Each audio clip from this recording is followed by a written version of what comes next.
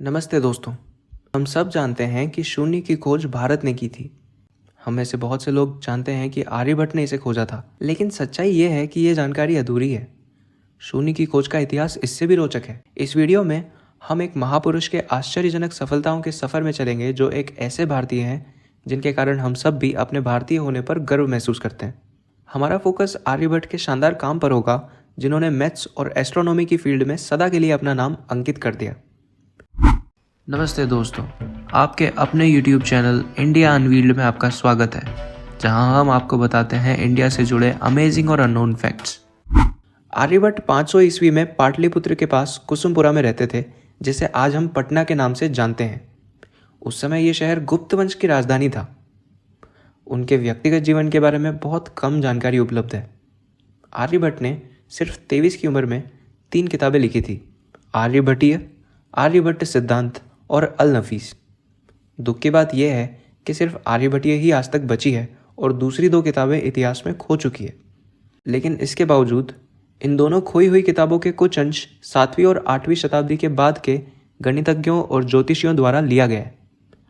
कुछ रिकॉर्ड्स के मुताबिक दुनिया भर से विद्यार्थी नालंदा यूनिवर्सिटी में पढ़ने आते थे और इन किताबों से लिए हुए ज्ञान को बाद में अपनी मातृभाषा में अनुवादित करते थे। अब क्योंकि हमारे पास सिर्फ आर्यभट्टीय है, इसलिए हम आर्यभट्ट के बारे में इसी पुस्तक से जानकारी प्राप्त करेंगे। पर पहले आपको एक बात बता दूं, अगर आपको लगता है कि इस पुस्तक में सिर्फ शून्य के बारे में बात की गई है, तो आप गलत हैं।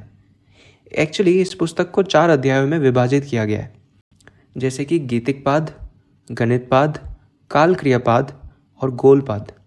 चलिए हम इन चारों अध्यायों के बारे में थोड़ी जानकारी हासिल करते हैं। पहला अध्याय गीतिकपाद में गणित के मूल सिद्धांतों और टाइम मेजरमेंट्स की यूनिट्स का वर्णन किया गया है। इन विषयों को समझना अगले अध्यायों को समझने के लिए महत्वपूर्ण है। दूसरा अध्याय गणितपाद में हमें अलग अलग जियोमेट्रिकल शेप्स के एरिया का मेजर करने का तरीका, अर्थमेटिक प्रोग्रेशंस, एल्जेब्रा की बुनियाद और इनडिटर्मिनेट इक्वेशंस के महत्वपूर्ण सिद्धांत को दिखलाया गया है। इस अध्याय के सिद्धांत अगले अध्यायों की नींव बनाते हैं। तीसरा अध्याय कालक्रियापाद टाइम मेजरमेंट के बारे में बताता है। यहाँ ग्रहों की स्थिति का निर्धारण और सप्ताह के दिनों की गणना के लिए पहले 2 अध्यायों में बताए गए विषयों को टाइम मेजरमेंट के लिए प्रयोग किया जाता है। चौथा और अंतिम अध्याय गोलपाद पृथ्वी पर केंद्रित है। यहाँ ट्रिग्नोमेट्री के सिद्धांत, पृथ्वी से देखे गए ग्रहों की गति, समय, स्थान आदि की जानकारी दी जाती है।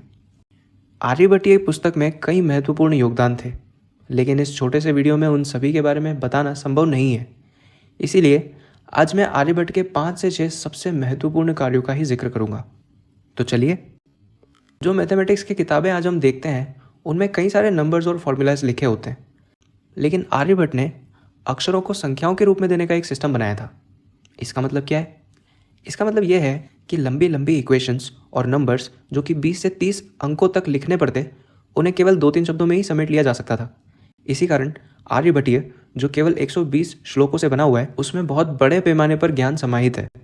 आर्यभट्ट ही वो शख्स थे जिन्होंने स्पीड का टाइम और डिस्टेंस के साथ सही रिलेशन बता के speed is equals to distance upon time का फॉर्मूला डिस्कवर किया, जो कि हमारी आज की फिजिक्स का फाउंडेशनल पिलर है। हमारी पौराणिक कथाओं के अनुसार सूर्य ग्रहण और चंद्र ग्रहण का कारण राहु और केतु नाम के राक्षसों को माना जाता है।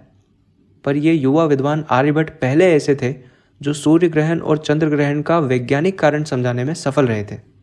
आर्यभट्ट ने पृथ्वी के ऊपर पड़ती और गिरती छायाओं के आधार पर इन घटनाओं को समझाया।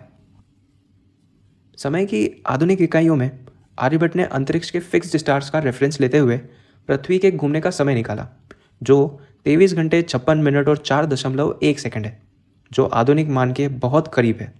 इसी तरह उनकी नक्षत्र विद्या वर्ष की लंबाई 365 दिन 6 घंटे 12 मिनट और 30 सेकंड थी, जिसमें वर्तमान में मान्य 1 वर्ष की लंबाई से केवल 3 मिनट और 20 सेकंड का अंतर है। हमारी स्कूल की मैथ्स की किताबों में हमने साइन थीटा, कॉस थीटा पढ़ा है, पर क्या आप जानते हैं ये साइन थीटा भी आर्यभट्ट की ही देन थी। उन्होंने ट्रिग्नोमेट्री की खोज करके एस्ट्रोनॉमी के नए आयाम खोल दिए थे। साथ ही साथ उन्होंने उस समय पाई की वैल्यू 4 डेसिमल्स तक करेक्ट बता दी थी। और अब हम फाइनली बात करते हैं जीरो के बारे में। इसको समझने के लिए आपको पहले ये समझना होगा कि जीरो 2 तरीके से इस्तेमाल होता है। पहला तरीका एक संख्या के रूप में है, जिसका मतलब कुछ नहीं है, जैसा कि आज हम जानते हैं कि अगर कुछ नहीं है तो मतलब जीरो है। दूसरा तरीका एक प्लेस होल्डर के रूप में, जिसका मतलब अगर मैं 5 के आगे 0 इस्तेमाल करूं तो ये 50 बन जाएगा, और अगर मैं 3 0 इस्तेमाल करूं तो यही साधारण 5 5000 में बदल सकता है। आर्यभट्ट ने असल में इस प्लेस होल्डर सिस्टम की खोज की थी।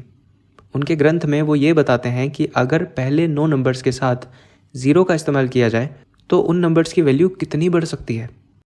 अगर आर्यभट्ट ने 0 को एक प्लेस होल्डर के रूप में खोज लिया था तो वो दूसरे 0 के बारे में क्या, जिसे एक संख्या के रूप में इस्तेमाल किया जाता है? ये खोज भी भारत की ही थी।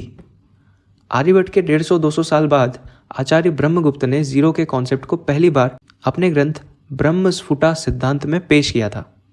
उन्होंने 0 के सारे नियमों को डिफाइन किया, जैसे कि 0 के साथ जोड़ने, घटाने, गुना करने या भाग करने पर क्या होता है। डेसिमल सिस्टम भी इसी की वजह से इस्तेमाल में आया, और इसी 0 के कारण हमने नेगेटिव नंबर्स और कॉम्प्लेक्स नंबर्स जैसे कॉन्सेप्ट को भी खोज लिया। आर्यभट्ट के महत्वपूर्ण योगदान को याद रखते हुए भारत के द्वारा बनाए हुए और डिज़ाइन किए हुए पहले आर्टिफिशियल सैटेलाइट का नाम उनके नाम पर रखा गया। हम आशा करते हैं आपको आर्यभट्ट के जीवन और उनके कार्यों पर हमारा ये वीडियो पसंद आया होगा। आपसे रिक्वेस्ट है कि आप इस चैनल को सब्सक्राइब ज़रूर करें और इस वीडियो को लाइक और इस पर कमेंट करने के बाद इसे अपने दोस्तों के साथ शेयर करें, ताकि वो भी अपने भारतीय होने पर गर्व महसूस कर सकें। धन्यवाद।